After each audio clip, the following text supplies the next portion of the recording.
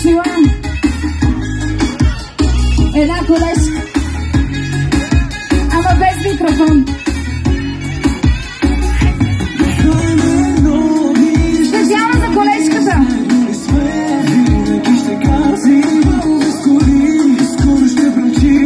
Още малко!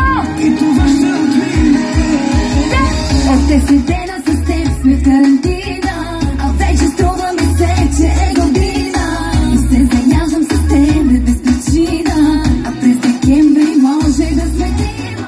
Ще те помоля по тихичко да мигаш, вече кръвното почна да ми вдигаш. Макар и повече да ми идва стреса, но ще искам по тебе. Обичам ви, но заедно и заедно ли сме?